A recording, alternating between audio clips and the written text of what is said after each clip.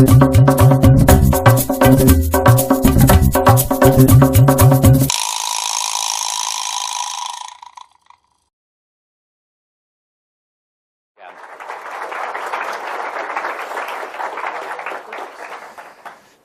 there's a couple of mysteries I won't be talking about tonight. So for those of you who, the dark side of the universe thought I was going to talk about the surge or something like that, I'm not talking about that.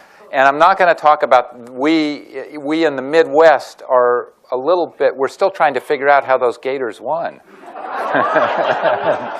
But go Gators. So just to put this in a little bit of context, astronomy is in one of the most exciting periods of discovery of all time. And I'll come back to this at the end, but I think an apt description of our exploration of the universe right now, and I don't mean the solar system, I mean the whole, darn universe, is that we know much and we understand less. And I'm going to tell you about two of the big mysteries, the mystery of the dark matter and the mystery of the dark energy. And what's really exciting and why it's really fun to be an astronomer right now is that we feel that these mysteries are within grasp. Within our reach. We don't quite know if they're within our grasp.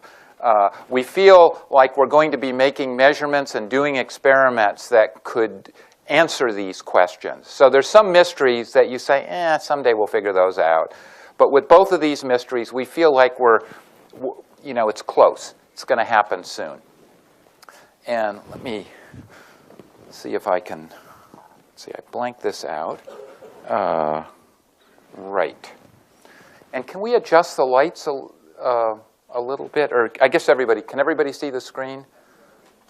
When you give an astronomy talk, you have such beautiful images, although, it's only the first one because the rest of them is going to be about the dark side. And so the dark side of the universe. So, when you think about astronomy, you think about beautiful pictures like this from the Hubble nebulae, and they really are quite beautiful. And when you think about astronomy, much of what we know about the universe is from the light that's given off by stars. And but it turns out, and sort of the most important point of this talk, is that the bright side of the universe accounts for less than 0.5%. And so I'm going to be telling you about the 99.5%. And so if there gets to be a rough spot where you say, why should I be interested? Well, it's the 99.5 to 0.5%. And the other thing that I'm going to be taught, dark matter and dark energy are very mysterious. And if I confuse you about both of them, I've caught you up to where we are. So if you get confused, that means you're learning. And one of the reasons they're mysterious is everybody knows. The reason I put star stuff in here is because Carl Sagan sort of immortalized that word or invented that word. We're made of the same thing stars are.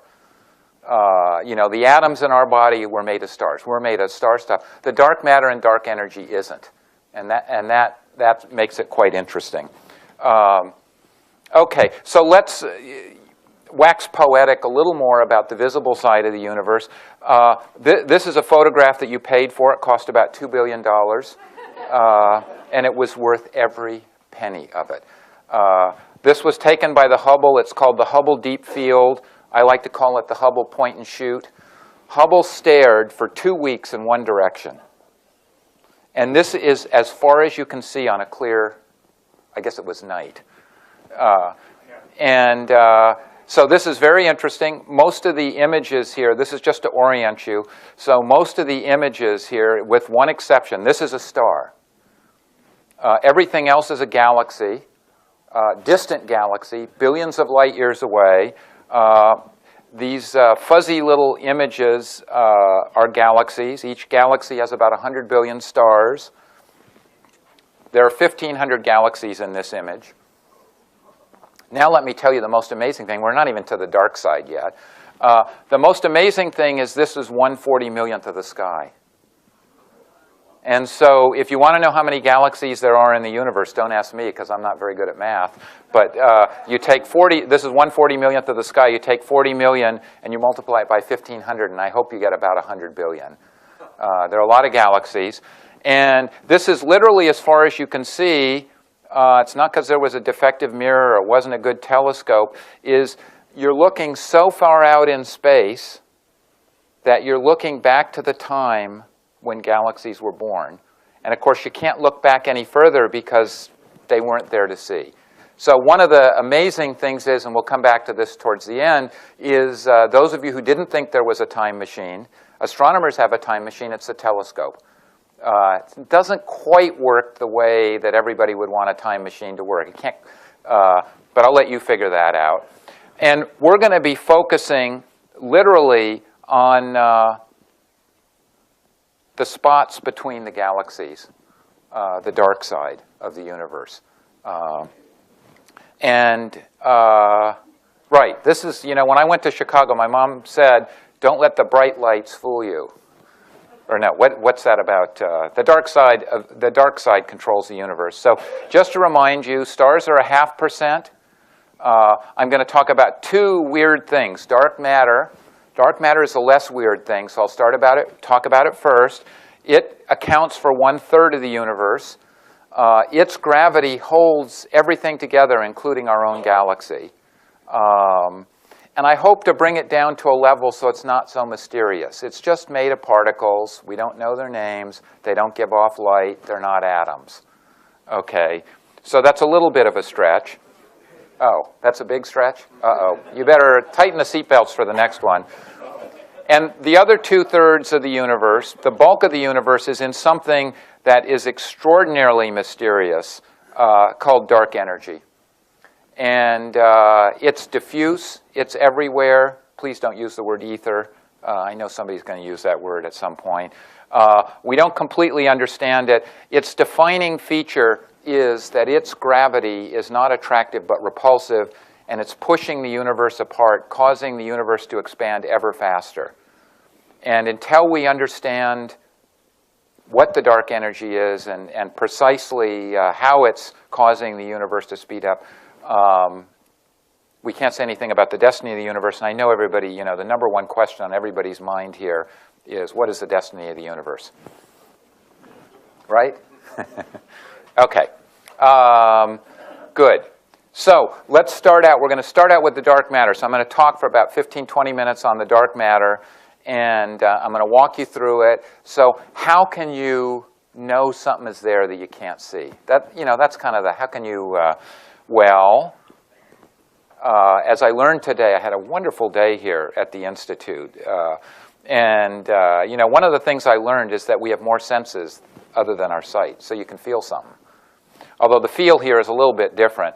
So we feel the dark matter because its gravity, this is supposed to be our galaxy, its gravity is what keeps our star orbiting around the center of our galaxy. Its gravity is what keeps our star from just going off like that. So, just like gravity holds together our solar system, the gravity of the dark matter holds our galaxy together.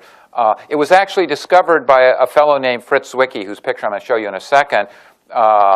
And he stumbled upon it studying clusters of galaxies. So a cluster of galaxies is just a bunch of galaxies together. And what holds the galaxies together is the gravity of dark matter. So we know it's there because we see the effect of its gravity. I shouldn't have used the word feel, okay, so there's Fritz Zwicky. And he always gets a laugh. An extraordinarily brilliant scientist. You just had to ask him, and he would tell you that. In the modern parlance, he would have gone home, even from the laboratory, with a little note pinned to him, doesn't play well with others. And here he is describing, and you may have met people like this before, a spherical bastard. And a spherical bastard is a person, and it doesn't matter which side you approach them, they're a bastard. There's no good direction to approach them.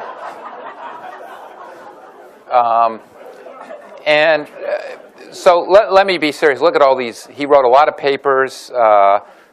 He truly was a brilliant astrophysicist, but he was one of those people who was way ahead of his time.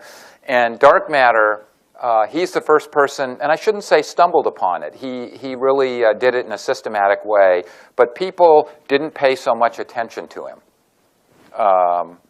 You know, so you should be careful when you have your publicity photo taken.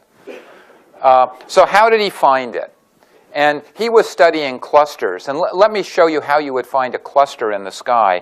So this is a photograph of the sky. And in this one, let's say I was looking at this earlier, and I thought there were more than, I guess, well, those are stars. There might be a couple more stars. This is a little bigger patch of the sky. And most of the objects you see here are galaxies. And if you look carefully, you'll see right around here, there's a lot of galaxies together. You know, here they're more sparse, but here there's a bunch of them together.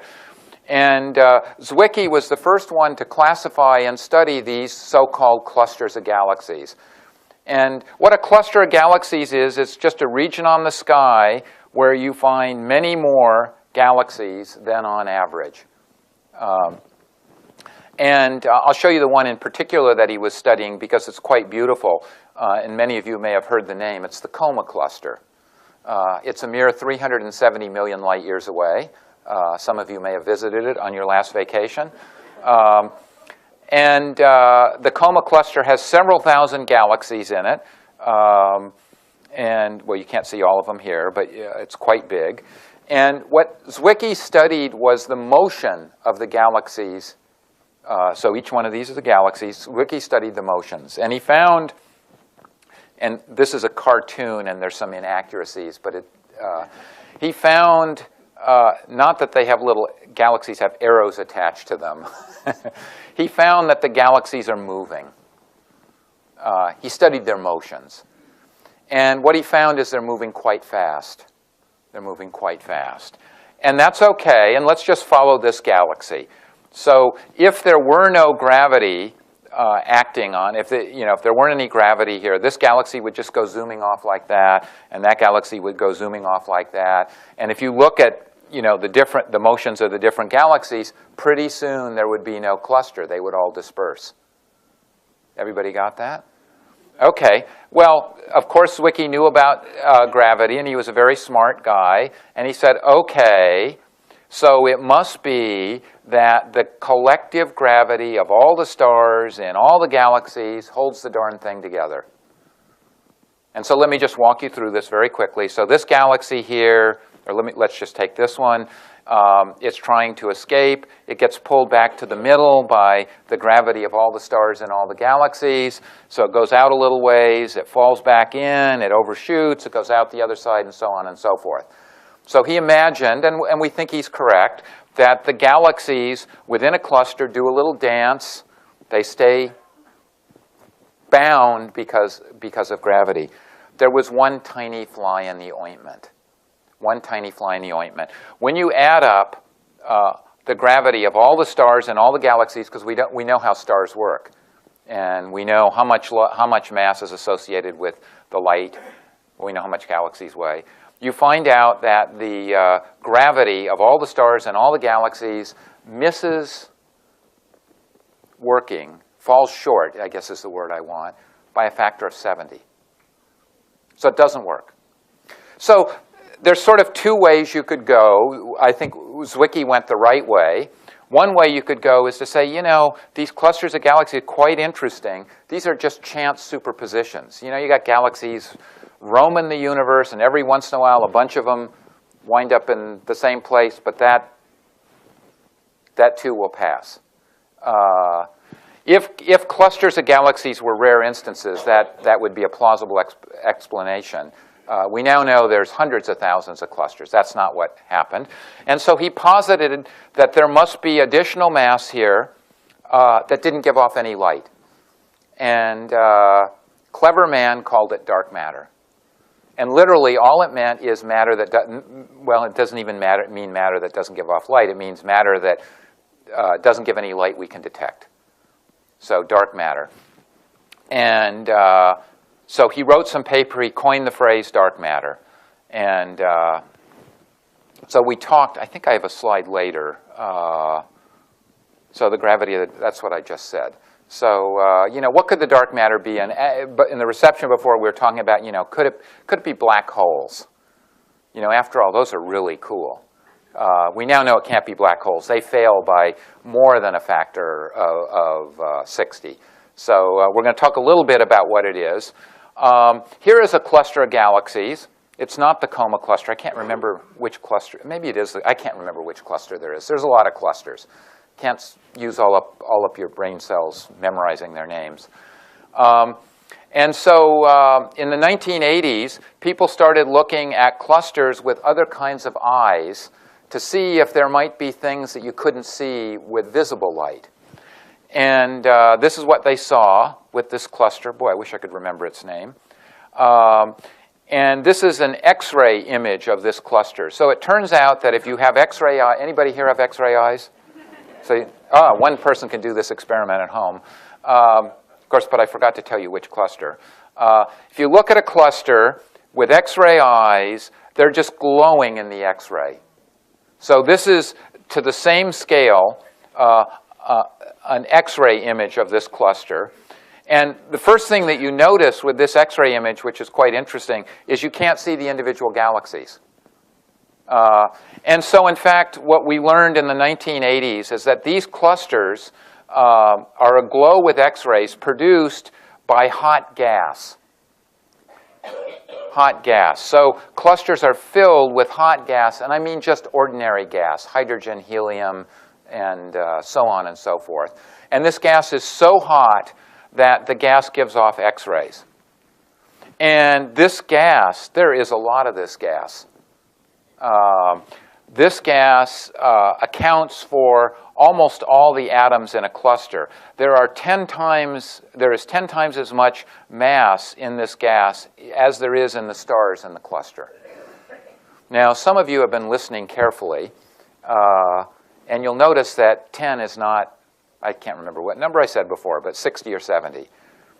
So there's a lot of hot gas, and in fact, that's where all the atoms are in a cluster, and we'll come back to that. But this is not the dark matter. Over the years, people have looked at various possibilities. Maybe it's faint stars.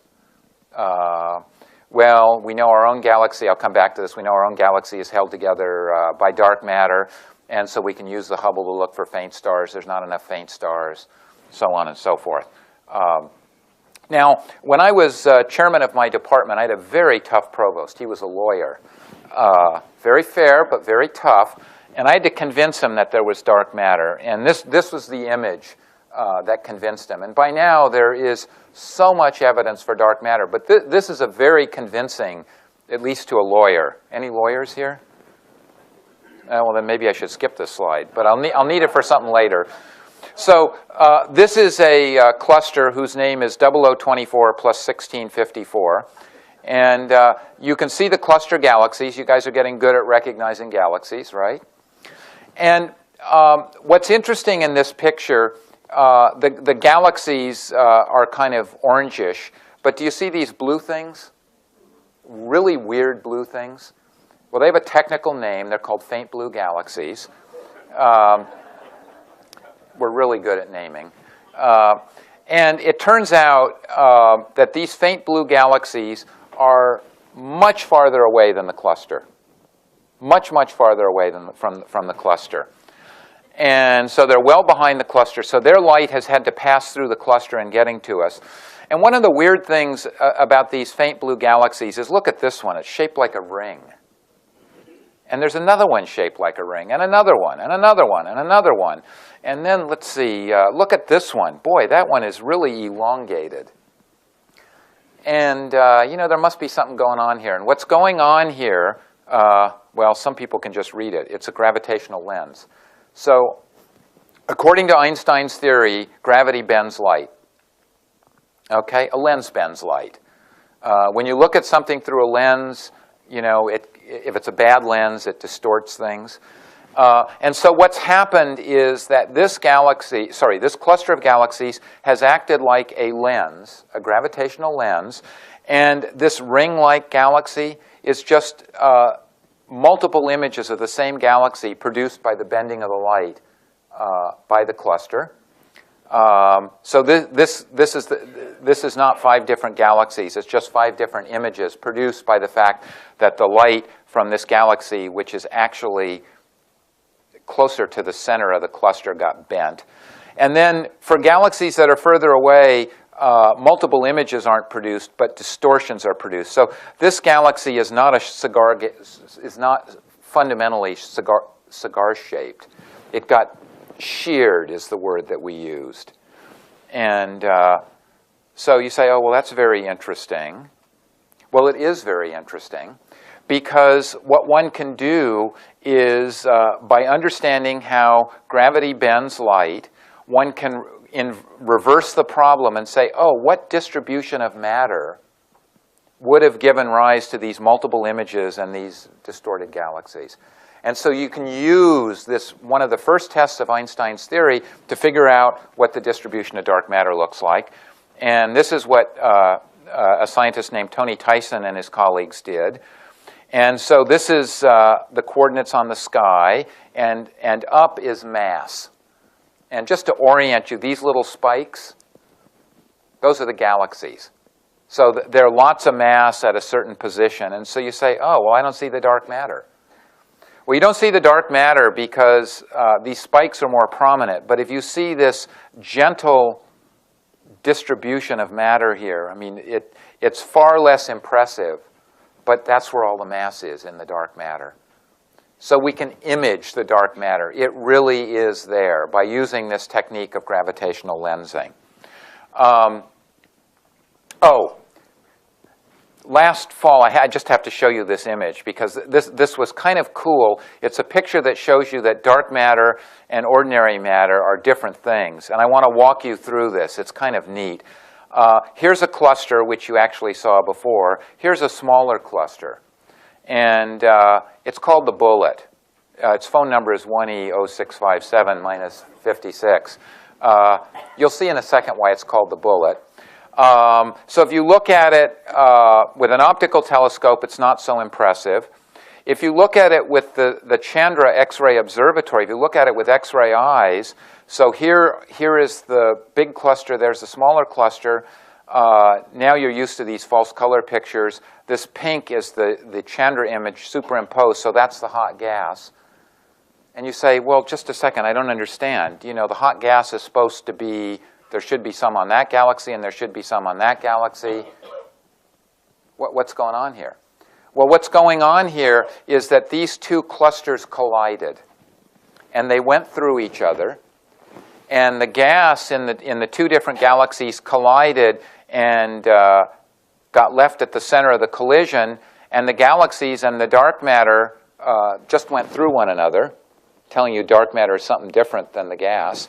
And so here is where the hot gas got left. Here are the two clusters. And then if you use this gravitational lensing technique I was talking about, you can map out the distribution of the dark matter. So here's the hot gas, here's the distribution of the dark matter. And you can see the hot gas got left here and the dark matter is there. They got separated by this collision. So it's like a cosmic centrifuge. And to put it all together, so this is the hot gas. In blue is a representation of the dark matter. And you can see that they've clearly been separated. They must be made of something different. And so this is kind of reminding you of something near and dear to my heart, you know, particle physics, that, you know, you throw two things at each other, let them collide, and see what comes out. And in this case, what came out was the ordinary matter and the dark matter. They're different. Let me quickly bring the dark matter puzzle home. So here's Fritz. No one listened to him. This is a very famous astronomer named Vera Rubin. Actually, she was also served on the National Science Board for a number of years. And in the 1970s, she is the one who really brought this problem home.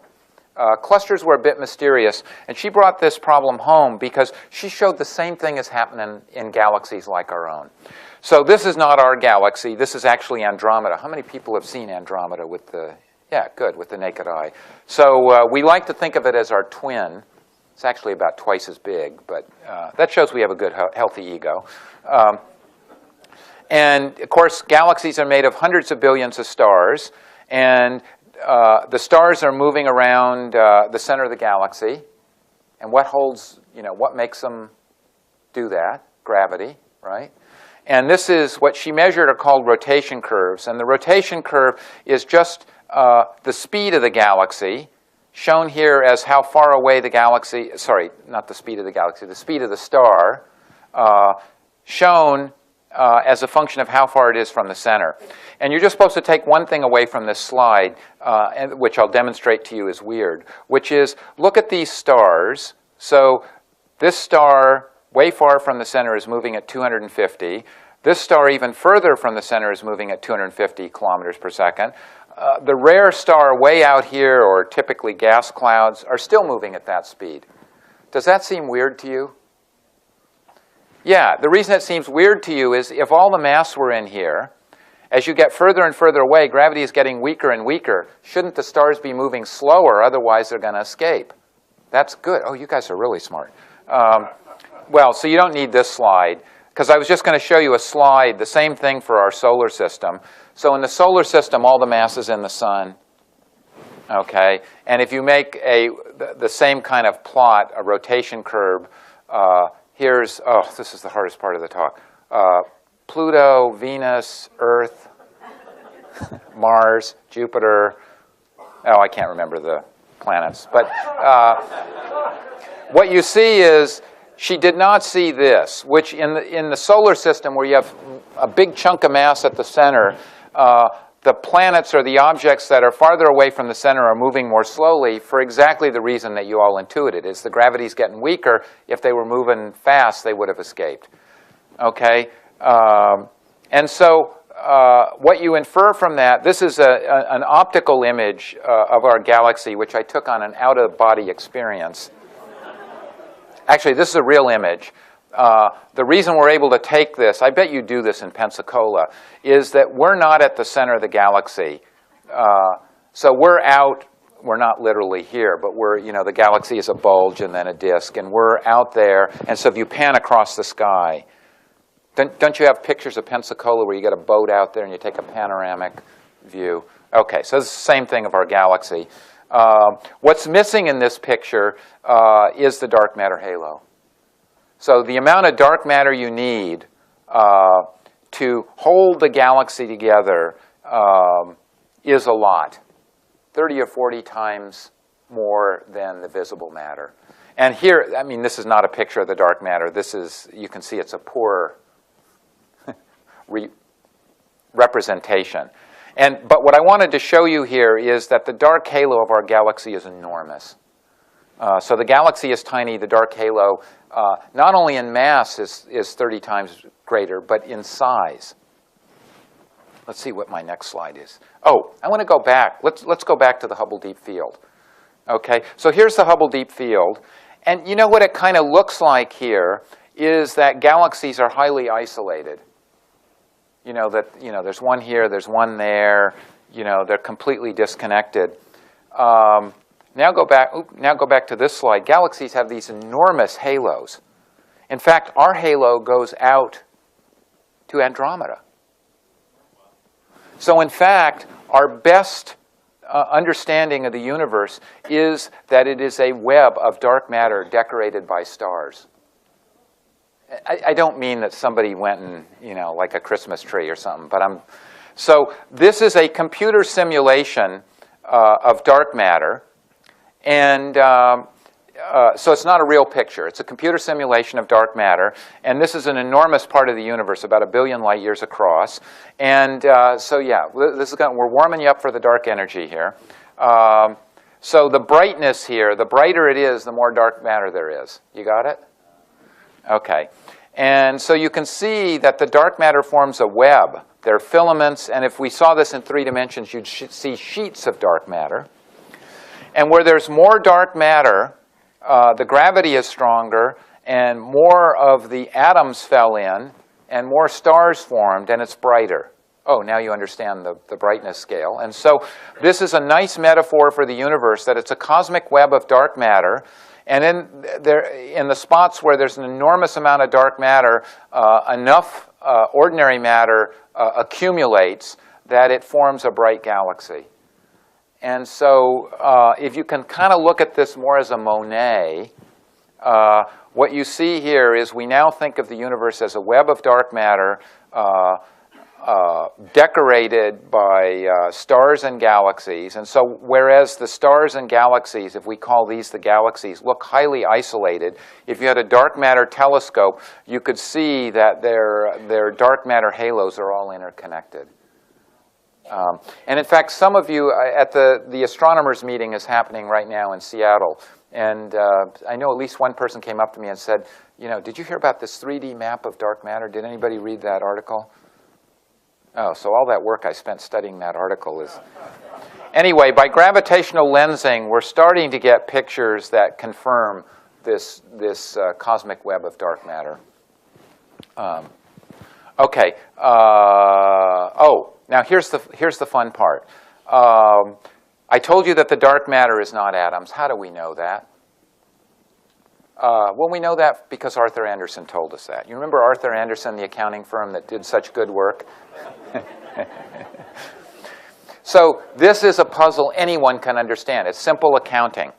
The total amount of dark matter that's needed to hold things together in the universe is 33% of something called the critical density. So I'll come back to the critical density, but just think of it as the number 33.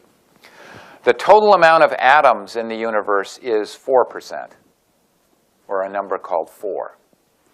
Is there anyone here who doesn't recognize that 4 is less than 33? So there's just not enough atoms. Atoms only account for 4% of the stuff in the universe. The dark matter weighs in at 33% of the stuff in the universe. There is simply no way that 4 is equal to 33.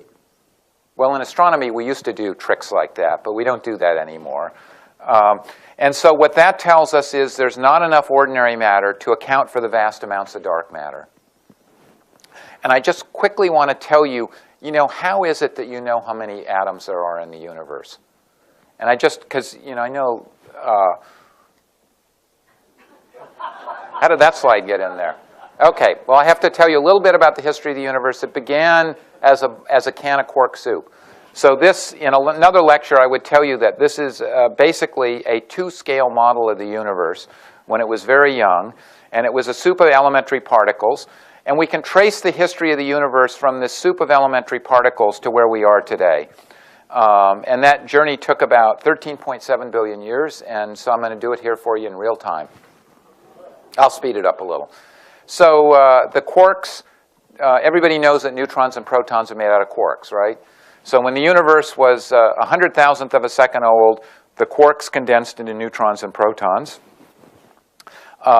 When the universe was seconds old, the neutrons and protons came together to form the nuclei of the lightest elements in the periodic table. We call this Big Bang nucleosynthesis, and when the universe was about a second old, it was a nuclear reactor.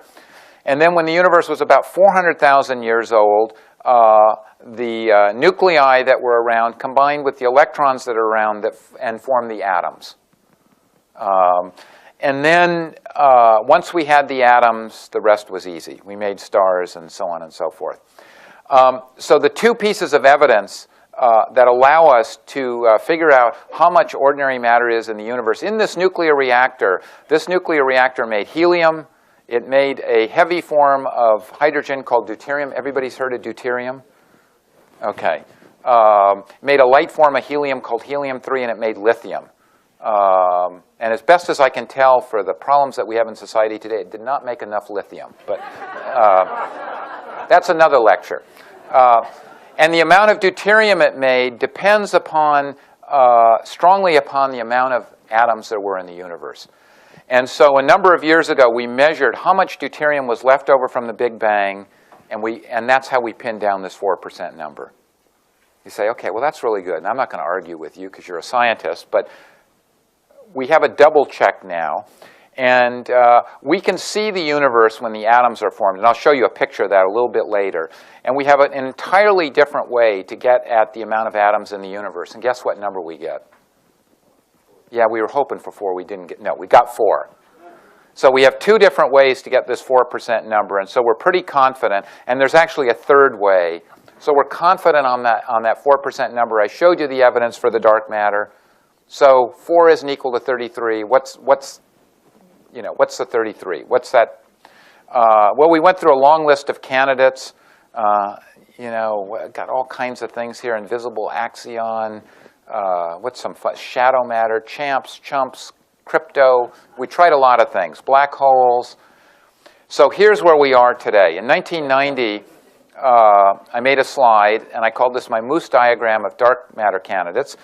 And I'm going to talk about 3. 2 new particles that the elementary particle physicists had hypothesized. That means they don't really exist yet. We don't know whether or not they exist. One called the axion, one called the neutralino. I'll only talk about the neutralino. And then there was the neutrino. How many people have heard of neutrinos? Everybody's heard of neutrinos. You know they're ghostly, right? There's a lot of neutrinos in the universe. And the issue about whether or not the neutrinos are the dark matter is how much do they weigh. And in 1998, the big news was, and I bet you all remember this, is neutrinos have mass.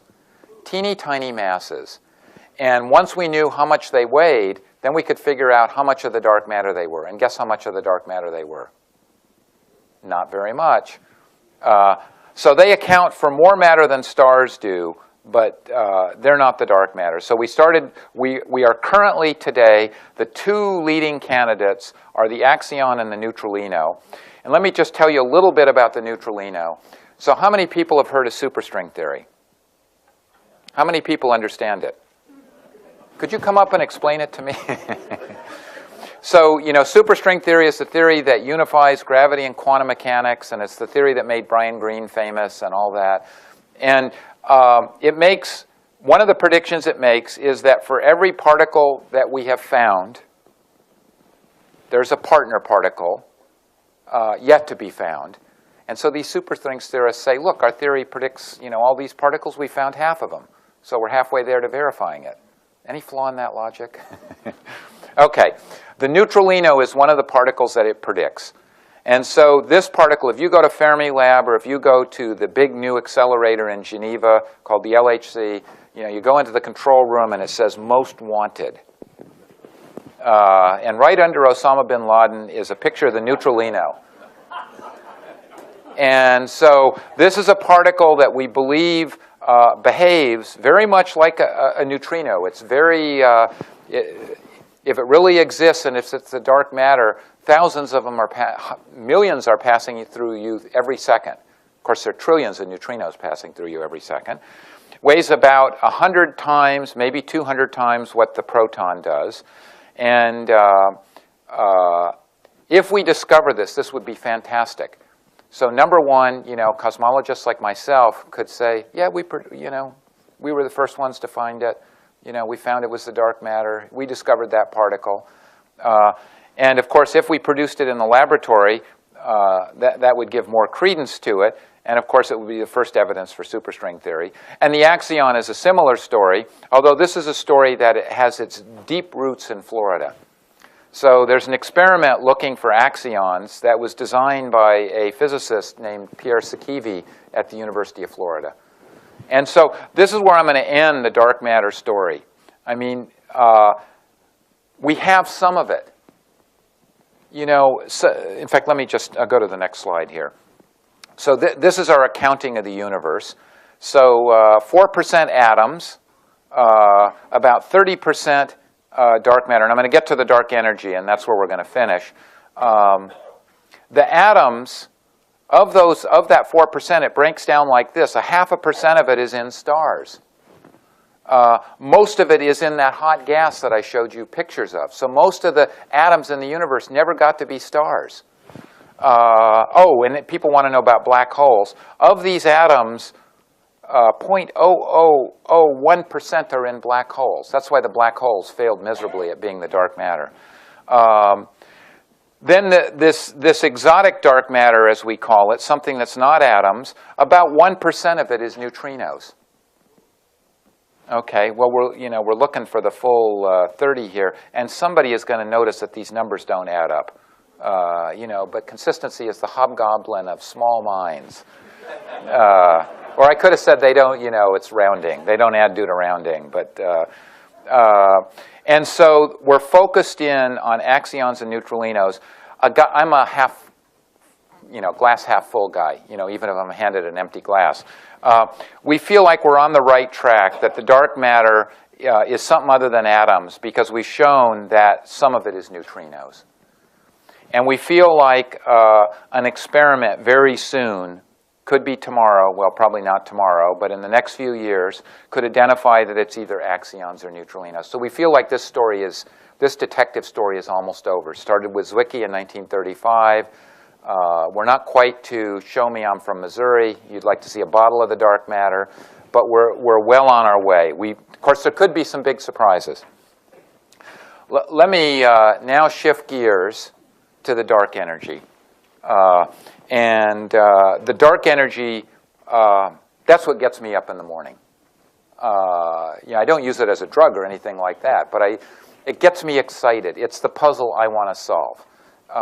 It's a really big mystery. The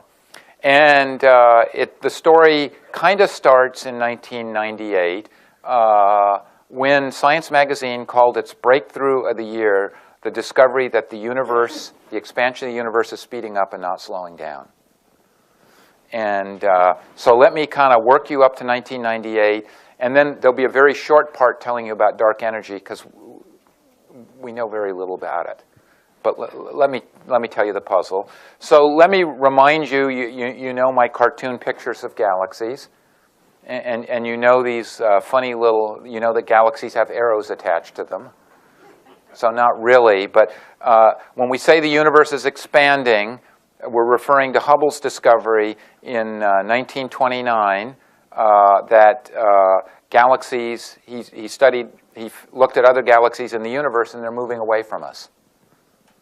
The big, and I have to put a pitch in for theorists here, is the big conceptual breakthrough was Einstein's general theory of relativity, and we're going to come back to the general relativity, and there will be a quiz on the general theory of relativity,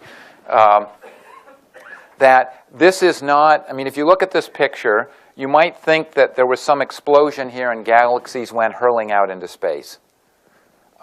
Much more interesting than that. Because Einstein told us that space is flexible. It's not absolute. And so what's really going on, if you can get your head around this, is space is expanding. And the galaxies are being carried along. And so way back when, the universe looked like this, and then a little bit later, after you put it through a copying machine and enlarge it, it looks like that. And so if you compare an early image with a late image, it looks like galaxies are moving away from you. Oh, this is fun. You might ask, are we at the center of the universe? I'm going to save this for the question time. But it turns out every galaxy thinks it's at the center. So it's kind of just like being at Harvard. And I'll show you how this works. So here I've done the enlargement for you. Here's a bunch of galaxies. They're further apart a little later. They're further apart a little later. And if you superimpose those three images, say on a particular galaxy, the one you live on, you see it looks like all the other galaxies are moving away from you because, in this time lapse, here it was a long time ago, a little bit later, a little bit later. And if you look at the same story for any galaxy, if you superimpose, you can do this experiment at home, any galaxy thinks all the others are moving away from each other. Okay, so you understand that. And so that means when we talk about the expansion of the universe, we can just talk about the size of the universe, that the expansion is just a scaling up. And so I bet everybody learned this diagram on their mother's knee. She said, here's the size of the universe versus time.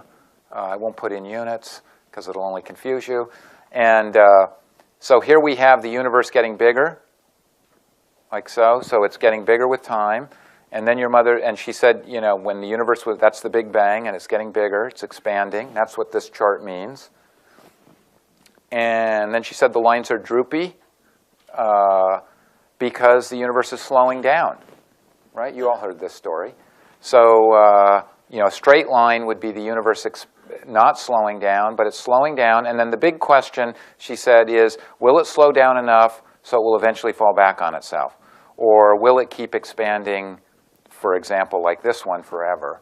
Or is it the Goldilocks universe that keeps expanding and slowing, expanding and slowing, and it eventually halts infinitely long after the Big Bang? So that was the big question that astronomers wanted to learn. Which one of these is our universe? Which one of these is our universe? Well, how would you go about figuring that out? Well, you would use the fact that the telescope is a time machine. Now, this is the hardest slide. And I know I shouldn't have saved it for so late in the lecture. And as somebody said, you know, if he didn't understand at least 98% of this, I was in big trouble. So I hesitate to, but I'm going to put this slide in because this, so this is the famous diagram that, this is called the Hubble diagram. This is the diagram that made Hubble famous. And so what he did was on a graph, he plotted the velocity or the speed at which galaxies were moving away from us versus their distance. And he found a straight line. And you could see that from an earlier slide that I had. Oh, I shouldn't have done that. Right? Notice the galaxies are farther away or moving faster. So you all knew that. So this is the famous Hubble diagram. And now here's the part where I just want you to concentrate for about 30 seconds. So when we look at very distant, and if we could look at measure galaxy distances and velocities the way they are today, which we can't, we obviously can't do that, you would just get a straight line because of Einstein's observation that the expansion of the universe is just a scaling up of space. Because the telescope is a time machine, when we look at very distant galaxies, we're looking back in time. And so we're looking at them as they were a long time ago. Okay, now here comes the hard part, and it's actually not that hard. If the universe is slowing down, that means that we're seeing, let's say, this very distant galaxy right here, a long time ago. This is the speed it's moving today, but if the universe were slowing down, if we measure its speed a long time ago, it would be faster. And so we would actually measure it to be up here.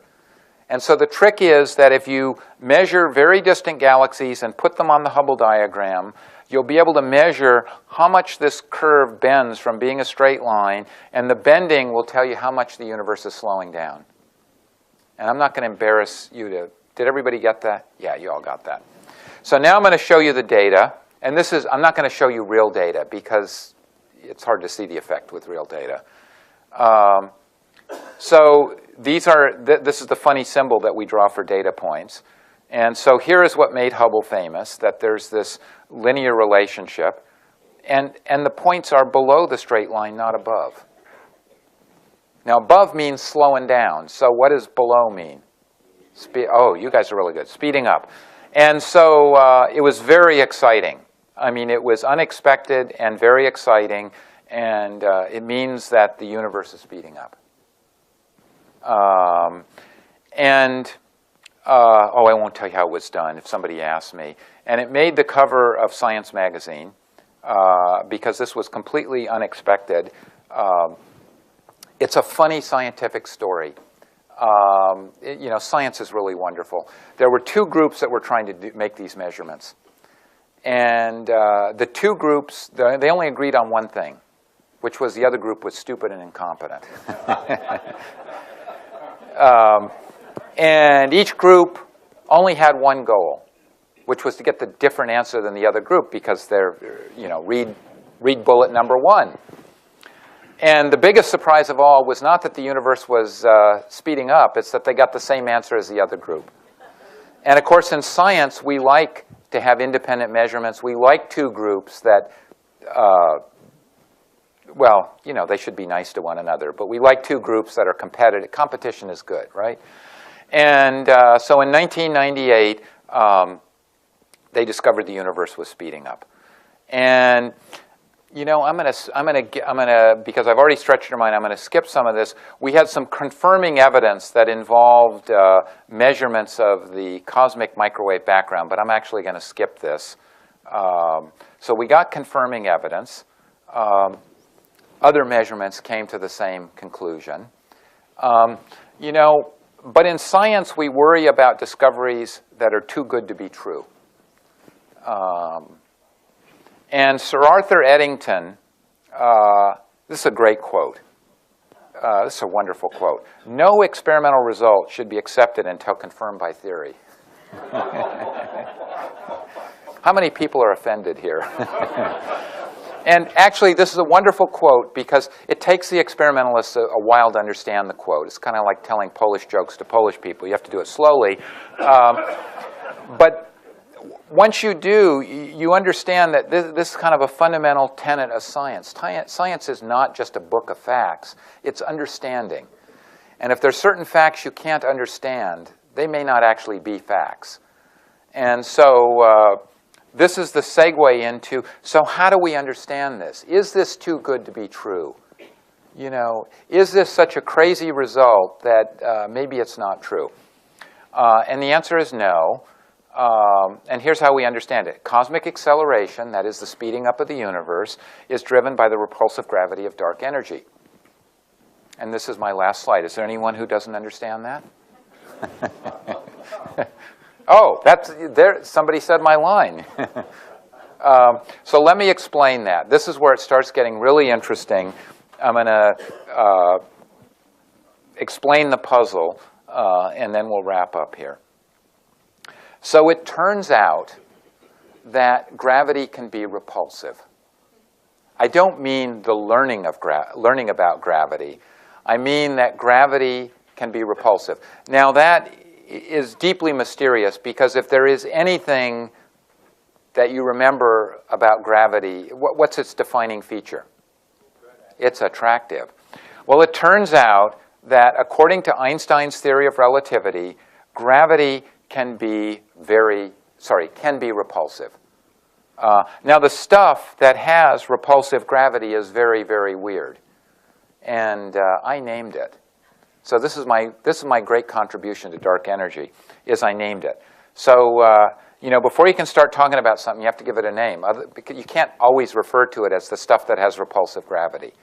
So according to Einstein's theory, it is possible for very weird substances to have repulsive gravity. And as a class, we call that dark energy. And let me tell you about something that has repulsive gravity. Let me tell you about something that almost could be the answer. This is now the Zen part of the talk. And it has to do with quantum nothingness. And so we start out with the question, what is nothing? Well, according to quantum mechanics, nothing is not nothing. Nothing is something. Still with me? So according to quantum mechanics, the vacuum is not empty, but it's filled with particles living on borrowed time and borrowed energy. And I must have spent too much time in Washington, but it seems to me in 2004, one of the candidates, their economic plan involved living on borrowed time and borrowed energy, but I could be wrong. So according to quantum mechanics, you can borrow some energy, and an electron and its antiparticle, a positron, can pop out of the vacuum. Before the accountants come, they disappear. This is real. The effect of, we call these virtual particles, the effect of these virtual particles has actually been measured in the laboratory, and at least 2 Nobel Prizes for these measurements have been awarded. So this is a real thing. So the vacuum really is filled with virtual particles. So this is the hard part. The easy part is, and I'm not going to even try to motivate it, it turns out that if these virtual particles have mass or weight, their gravity is repulsive. And I kind of just say, why not? I mean, if you've come this far with me. So this is the kind of stuff that has repulsive gravity.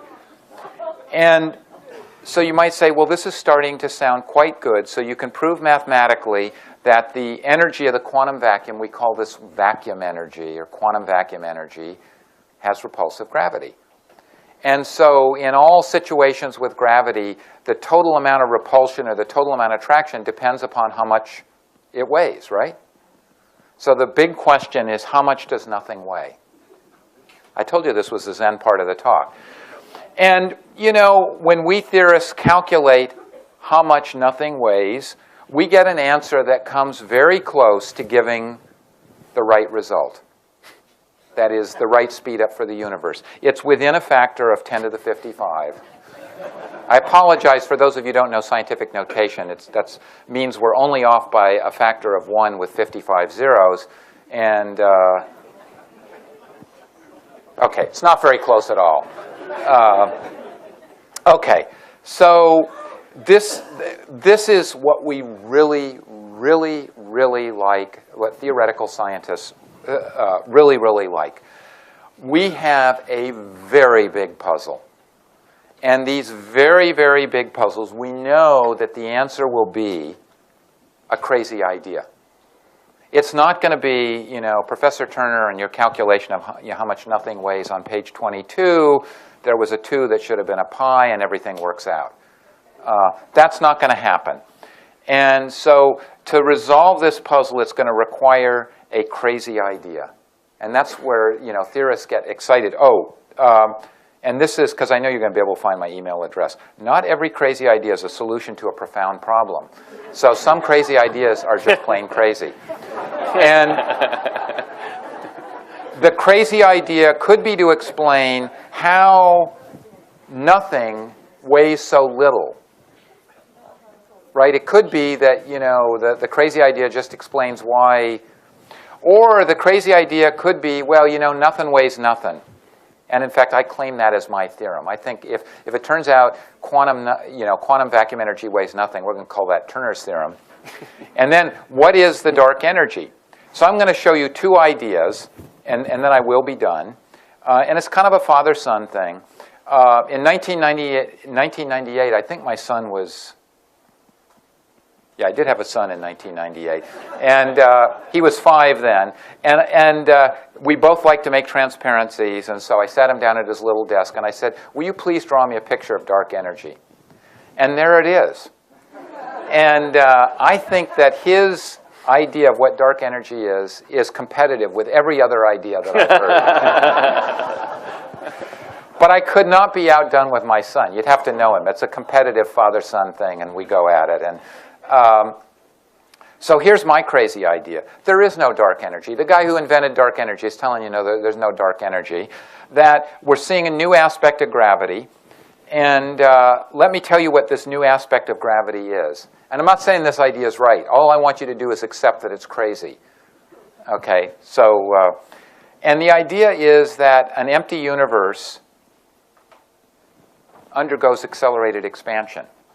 Well, how would that work? Why would that make everything work? So here's how it works. The universe is expanding. The matter's getting diluted. It's getting emptier and emptier. And all of a sudden, it gets empty enough that it starts accelerating. So this is a very crazy idea. My colleagues and I have tried to make mathematical equations, write down mathematical equations that make this idea work. Our equations were interesting enough to get us in the New York Times, but they weren't interesting enough to work. Anyway, so we're trying to figure out what may... Oh, and then Alan Greenspan. Does anybody remember Alan Greenspan? This is an old slide. So those of you who remember, I mean, he wanted to get in on this, and he claimed he predicted it. And this is sort of this is an inside baseball joke, because some of you who know about the beginning of the universe know about something that we call inflation. That early on, we think the universe went through a speed up. And so Alan Greenspan claims that he wrote a paper a long time ago saying mild episodes of inflation are unavoidable. And he claims that we're just going through this accelerated expansion period is just a mild episode of inflation. Oh, I want to talk about one other thing, and then we're done. So here is the picture that your mother told you about on her knee. So hello, she said droopy lines. So, you know, was your mother wrong? No, mothers are never wrong. As you fell asleep, your mother said, of course this picture assumes that there is no dark energy. Once you put in dark energy, all bets are off. And so here's what we know the picture looks like now. I didn't tell you that we know... Anyway, here's what the picture looks like now, is we are speeding up. It's not a droopy line, but the size is accelerating with time. But we don't know what the outcome's going to be. It could continue to speed up, And in fact, you know, I mean, not only did this not work on Congress, it didn't even work on Ken Ford. If the universe continues to speed up the way it's going now, in 100 billion years, all the galaxies are going to be so far away that the sky is going to be dark and we can't do astronomy, and so now is the time to spend money on astronomy. It could be that Alan Greenspan was right, that this is just kind of a passing phase. The dark energy will decay, and we'll go back to this slowdown phase. Or it could be that the dark energy is so mysterious that it leads to a recollapse of the universe. So the whole destiny question is wide open. Oh, nobody wants to hear about the Nancy Kerrigan problem. Oh, yeah, somebody does. So what's interesting about this is, and this is a really good slide to talk about these two, the battle of the dark titans. Dark matter, dark energy. Dark matter, that shaped the universe. It made the structure. Dark energy is causing the universe to speed up. It turns out in the past, dark matter was more important than dark energy. So this is a slide that shows time and the amount. And as time went on, dark matter got more dilute and less important. And dark energy, we think its density stays about constant. And so if you put this together, it means in the past, dark matter dominated, now dark energy is dominating. So here this is when the structure was formed, this is when the universe is speeding up. And so there's a why now problem. You all remember Nancy Kerrigan and getting whacked on the knee and why now? So we have a why now problem. Why is it about 4 billion years ago that we switched over from the dark matter being dominant to the dark energy? And this is the great thing about science. This could be a completely inconsequential question whose answer is, it's just a coincidence, or it could be, you know, the big clue. Oh, I think this is a really, I already told you this. This problem gets me up out of bed in the morning. And I'll skip that slide. And I'll just remind you, we know what the universe is made out of. It's 0.5% stars, mostly 1/3 dark matter and 2/3 dark energy. And that's kind of a metaphor for what I said at the beginning. And we know a lot about the universe. You know, I didn't get a chance to talk about inflation, but I alluded to it. We know that the universe began with a hot Big Bang. I better use this one. We know about dark energy, cosmic acceleration. Baryons is a fancy word for atoms. So we know a lot about, oops, oh, I didn't want to do that. We know a lot about the universe. And the big thing today is to put this picture together. And that's, in some ways, the most exciting time in science. It's the most exciting science. If you don't know anything, you know, then you're just sitting around BSing. If you know everything, if you're down to the 15th decimal place, it's less exciting. When you got all the puzzle pieces in front of you, and then you're trying to put it together, that's very exciting. So I asked my daughter, and she's really smart, smarter than my son and I. So I asked her, you know, okay, Rachel, you're so darn smart. So what is it? And she said, Daddy, it's an elephant. So in cosmology today, we're like the six blind cosmologists.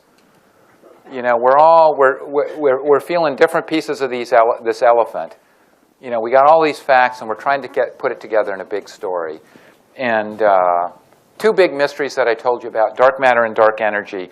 And the reason we're excited is, the reason we think things are within grasp is, here are some of the experiments that are going on and will go on. At Fermilab, they're trying to make the dark matter particle. There's a big new accelerator in Geneva called the LHC, which will turn on this year, more powerful. We hope to have a telescope dedicated to studying dark energy. We hope to have a ground-based telescope. This is a space telescope, ground-based telescope, studying dark energy.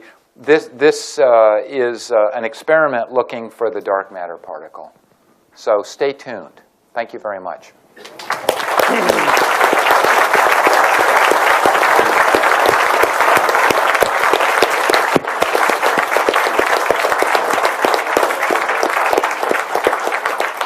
Now, I think we have time for a couple of questions. You've got to remember the rules. Easy questions, and you can't ask them until the microphone comes. Sir. But remember, you got to get a microphone first. Harold Loesch. I couldn't understand at all what I was listening to, but it was interesting. But I had some thoughts. One of the thoughts was when the astronomers found things that didn't fit their theories, they were looking for answers, and maybe they invented dark matter and dark energy in order to try to fit their theory, and now they're spending their time trying to fit dark matter and dark energy so that they will answer the questions that couldn't be answered before. Well, I think that you just described how science proceeds very accurately. And guesswork is very important. When you get a puzzle, you got to make a guess, and sometimes it involves something new. And the key feature of science, which you also encapsulated, was that if you make a guess, if you invent a new idea, if it's science, it's got to be testable. So you can't just say, oh, yeah, there's this stuff out there, blah, blah, blah. So, and I would take the neutralino, the dark matter, as an example. So we think it's a new form of matter. Okay, that's a great idea. That's fair. Let's test that idea. And so we're testing it now by trying to make the dark matter at a particle accelerator, by trying to detect it with, I didn't talk much about that, with an ultra-sensitive detector. And that's how the process of science works. And I think that's what makes it so exciting, is when you go to school and you read textbooks about science, I think everybody, Ken and I and all the others, the first thing you think is, well, everything is known. It's all in this book. There's nothing yet to be discovered. But there is so much yet to be discovered. And that's what's fun, is inventing the new ideas, and most of them are wrong. The dark matter isn't black holes. We ruled that out. We narrowed it down to 2 ideas, and we're going to test those ideas. And I can see you're the guy from Missouri. And if it's neutralinos, I know you're going to ask for a bottle. And that's what we're trying to do now, is bring back a bottle of neutralinos. And sometimes in science, when you work on the really, really big puzzles, the solution that you put forward sounds like a fairy tale. It absolutely, quantum mechanics sounded like a fairy tale. But let me just remind you of the ending of this quantum mechanics fairy tale. 40% of our GDP is tied to quantum mechanics. So that fairy tale had a very good ending. How about over here in that corner?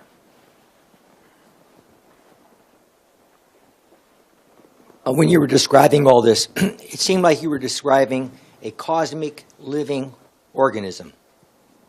When you're putting this all together, you're talking about the dark energy and the dark matter interconnected, you know, the string theory and so on and so forth. Have you ever considered that this is within that realm? Well, I'm not sure I would call it an organism, because, you know, right now the physical sciences are competing for their dear life with the biological sciences. So we don't want to go the next step forward and say that. But, you know, in science, what we're always looking for is a coherent understanding. You know what the word cosmos means? It doesn't mean billions and billions. It means order. And the amazing thing about the universe is the order that we see in it. You know, from the idea that there are laws of physics. You know, the sun rises every day. I guess it does. And you know, we can predict things. And so a guiding principle in science has been, number one, the universe is governed by laws. That I could give a whole long thing on our evidence for that everywhere the laws are the same. And that the laws are knowable, and that's worked out pretty well. We know most of the laws of physics. And that the laws and the story are pretty simple. And I'm not saying that we know that for sure, but we've gone an awful long way on that. And when you look at what we know about the universe, Big Bang beginning, you know, cosmic nuclear reactor, we've been able to put together a fairly simple story, that the laws of physics that govern the beginning of the universe are the same as the ones that we have today. And so there's no guarantee that at the end of the day the picture is very simple. But so far, it has been. It may be that eventually it turns out it's just really complicated. Yes, right. Hi, my name is Laura. Thank you very much. With dark energy, the universe is speeding up. The expansion of the universe is speeding up. I've heard that before, and I can theorize about what that means on a day-to-day basis. Not without a license from me. But, you know, you hear all different kinds of things, but how does that show up in our day-to-day lives? I mean, is that cell phones? Is that, you know, I don't mean Yeah, in I don't particular. think it shows. I think Ken, no, it doesn't show up in our day-to-day life. It doesn't. The expansion of the universe, our galaxy is not expanding. If you would actually, one of the great technological challenges in cosmology is to actually make a measurement to see a galaxy move. So we've never seen a galaxy, sorry, we haven't seen the distance change. I mean, we see that we can measure that it's moving away. We can measure its speed, but we haven't measured the distance. And that's because, just to give you a sense of things, in 14 billion years, which is a long time, the universe will double in size. And so that means in a year, the change in size of the universe is about 1 part in 10 billion. And so to actually measure just the expansion of the universe, we haven't even got to the speed up. You'd have to measure the distance to some object, some galaxy, some distant galaxy, to an accuracy of 1 part in 10 billion. So I think in terms of your ordinary life, you know, the expansion of the universe is not affecting global warming. It's, you know, any of that. But it seems to me that you know, we all want to know, how do we get here? Where are we going? That's what's exciting about cosmology. There's a question. Why don't you hand the microphone to the woman? Oh, it already got taken away. Just like the O'Reilly This effect. might be a foolish question, but in the future, when we learn more about the dark energy, you think it might be possible for space travel to hook into that somehow and get to other places So, in the universe? One of the, I have no idea. Oh, theorists hate to say things like that. But, you know, where scientists go wrong is when they say never. And so, well, then how can you never say never because you're, okay, but Ken can help us with how you can never say never. And I come back to quantum mechanics. And so how many people in this room think quantum mechanics is esoteric and mysterious and hard to understand? And just imagine now, 80 years ago, it has to have been at least as esoteric or more esoteric than dark energy. And I was really serious. When I said, this was not a joke, when I said 1/3 or 40%, I don't know the exact number, of our economy is based on quantum mechanics. What I meant is we live in an information society. Quantum devices create information. They store information. They manipulate the information. They move it from A to B. And here is something that was so esoteric that you could not, I don't think anyone could have imagined that quantum mechanics would have any practical use. And so, you know, in terms of dark energy, I just wouldn't want to, my tendency is to say, no, nah, it's, you know, too weird, it's too diffuse, you'll never be able to, so I don't know. But right now, it's just the biggest exciting puzzle out there. Here, for 300 years, we thought gravity was repulsive, and now we find out, sorry, attractive. I was thinking ahead 300 years. But you never know. That's the great thing about science. But if history is any guide, when we discover things about how nature works, people are very clever to take advantage of those things to make life more comfortable for all of us. Okay, 2 more questions. Yeah, don't maul. Thank you for a great lecture. Is it possible that we're doing ourselves a great disservice by using the word dark, because dark has got a connotation kind of a bad connotation. Couldn't dark energy simply be energy that with our modern technology we cannot perceive? We just haven't got the perception with our technology to see it. It's there, it's positive, it's wonderful. We just can't, with our technology, see it right now or measure it. Well, scientists are not very good at naming things. And, you know, you're asking me to criticize something I named, so a little self-credit. As long as I don't have to go out and work in the fields or something like that, I guess we're not in China. You do need to have a name for something, and, you know, the names are always crummy. But what it was supposed to encapsulate is it's like energy, and that's technical. It's more like energy than matter. So dark matter, we think, is particles, that you can break the dark matter into particles. Dark energy, you can't. It's more like a diffuse form of energy. And dark is just a cool word. We did focus group things, and, and you know, it was kind of a nice yin and yang with dark matter and dark energy. And you know, the goal, of course, is that dark matter, the word will go away, and we'll put the proper particle name there. And with dark energy, the goal is that the name will go away.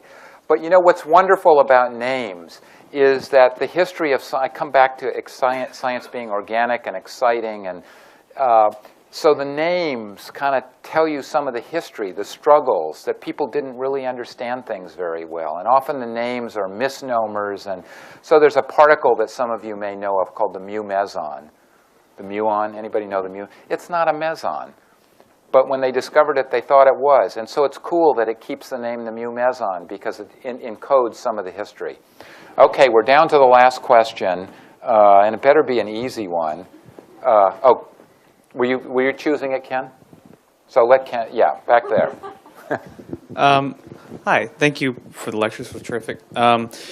Going back to talking about how the existence of dark matter was originally deduced by seeing how, in what direction galaxies were moving, you kind of touched on this previously in one of your other responses to a question, but since, of course, we've only been able to see galaxies for such a ridiculously recent amount of time, how do we know that, you know, they're moving in one direction or another and how fast they're moving? Is it only through redshifts, or is it other ways? The redshifts are the Doppler effect, so it's the same way you get speeding tickets, right? So you know, they got a radar gun. It's not a radar gun here, but when something is moving, the light that it emits, if it's moving away from you, what you detect is at a lower frequency, or it's redder. And if it's moving towards you, I hope I said this the right way, it's at a higher frequency. So it's the famous Doppler effect that makes a train going by. And I know you're going to ask me, but I drew the arrows. Vector from, how do you know it's actually going in one direction instead of just a slower rate of So change? the easiest way to measure velocities is away from you or toward you. And so when I put that slide up, I said there was a simplification here. There was a mistake in that slide. And so he didn't measure the velocities across the sky. Although for nearby stars, we can measure the velocities across the sky by looking at them today and then 100 years later, and they actually have moved. But for galaxies, you can't do that, and that was the cheat in that slide, and you caught me, so you get the prize. Yeah. That's a good last question. Thank you. Thank you very much. Although the feel here is a little bit different. So we feel the dark matter because its gravity, this is supposed to be our galaxy, its gravity is what keeps our star orbiting around the center of our galaxy. Its gravity is what keeps our star from just going off like that. So, you know, just like gravity holds together our solar system, the gravity of the dark matter holds our galaxy together. It was actually discovered by a fellow named Fritz Zwicky, whose picture I'm going to show you in a second. And he stumbled upon it studying clusters of galaxies. So a cluster of galaxies is just a bunch of galaxies together. And what holds the galaxies together is the gravity of dark matter. So we know it's there because we see the effect of its gravity. I shouldn't have used the word feel, but okay. So there's Fritz Zwicky, and he always gets a laugh. an extraordinarily brilliant scientist.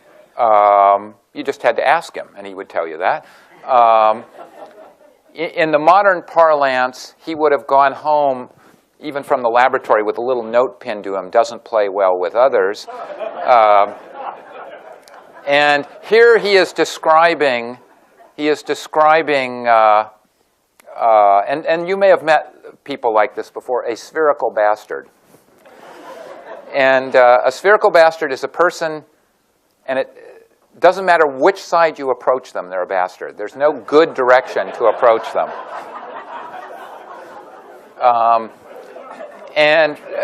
So let me be serious. Look at all these. He wrote a lot of papers. He truly was a brilliant astrophysicist, but he was one of those people who was way ahead of his time. And dark matter, he's the first person, and I shouldn't say stumbled upon it. He really did it. Lights a little bit, or I guess can everybody see the screen? You know, when you give an astronomy talk, you have such beautiful images, although, you know, it's only the first one, because the rest of them is going to be about the dark side.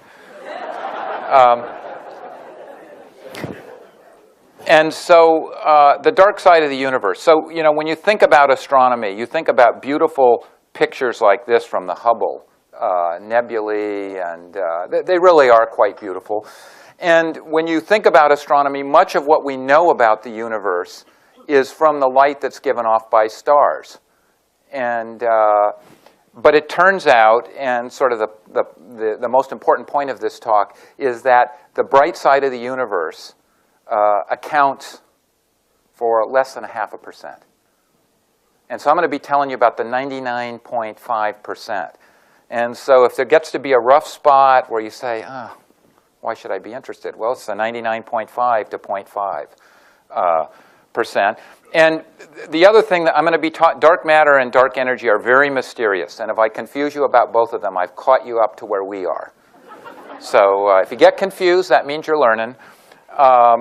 And one of the reasons they're mysterious is everybody knows. The reason I put star stuff in here is because Carl Sagan sort of immortalized that word or invented that word. You know, we're made of the same thing stars are.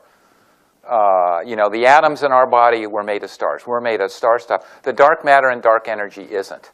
And that makes it quite interesting. Okay, so let's wax poetic a little more about the visible side of the universe. This is a photograph that you paid for. It cost about $2 billion. And it was worth every penny of it. This was taken by the Hubble. It's called the Hubble Deep Field. I like to call it the Hubble Point and Shoot. Hubble stared for 2 weeks in one direction. And this is as far as you can see on a clear, I guess it was night.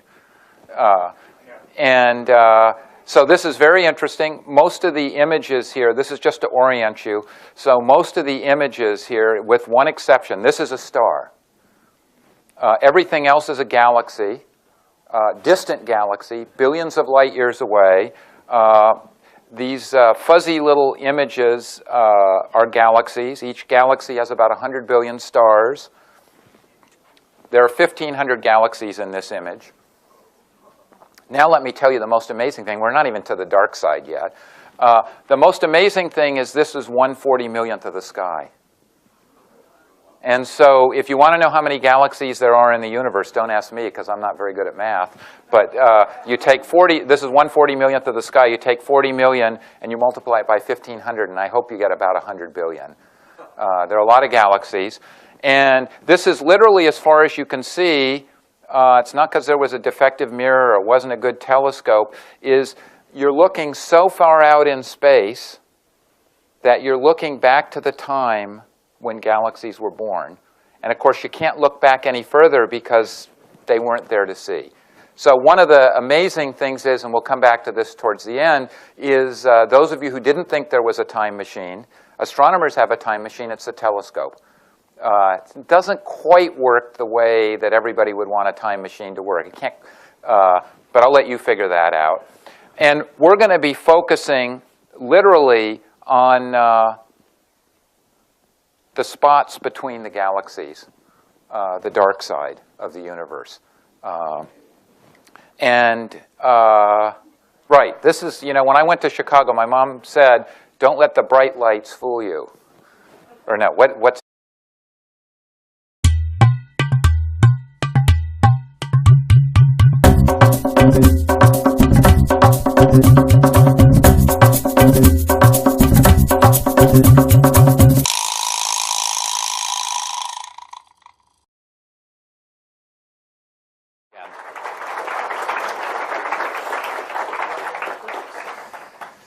Well, there's a couple of mysteries I won't be talking about tonight.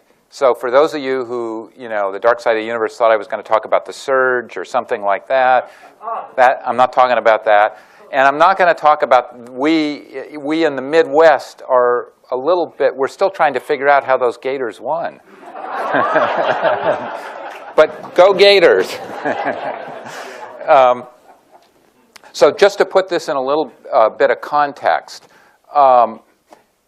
astronomy is in one of the most exciting periods of discovery of all time. And I'll come back to this at the end, but I think an apt description of our exploration of the universe right now, and I don't mean the solar system, I mean the whole, darn universe, is that we know much and we understand less.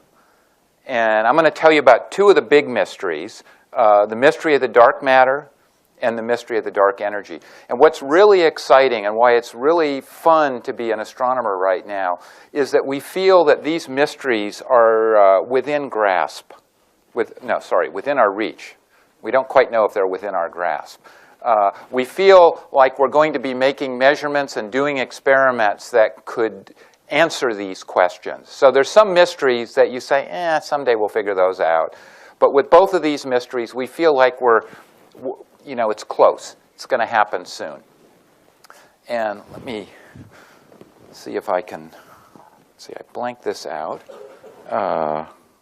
Right. And can we adjust the set about the dark side? The dark side controls the universe. So just to remind you, stars are 0.5%. I'm going to talk about two weird things. Dark matter. Dark matter is a less weird thing, so I'll talk about it first.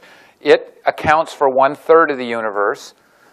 Its gravity holds everything together, including our own galaxy. And I hope to bring it down to a level so it's not so mysterious. It's just made of particles. We don't know their names. They don't give off light. They're not atoms. Okay, so that's a little bit of a stretch. Oh, that's a big stretch? Uh-oh. You better tighten the seatbelts for the next one. And the other 2/3 of the universe, the bulk of the universe, is in something that is extraordinarily mysterious called dark energy. And it's diffuse. It's everywhere. Please don't use the word ether. I know somebody's going to use that word at some point. We don't completely understand it. Its defining feature is that its gravity is not attractive but repulsive, and it's pushing the universe apart, causing the universe to expand ever faster. And until we understand what the dark energy is and precisely how it's causing the universe to speed up, we can't say anything about the destiny of the universe. And I know everybody, the number one question on everybody's mind here is, what is the destiny of the universe? Right? Okay. Good. So let's start out. We're going to start out with the dark matter. So I'm going to talk for about 15, 20 minutes on the dark matter, and I'm going to walk you through it. So how can you know something is there that you can't see? That's kind of the, how can you, as I learned today, I had a wonderful day here at the Institute. One of the things I learned is that we have more senses other than our sight, so you can feel something.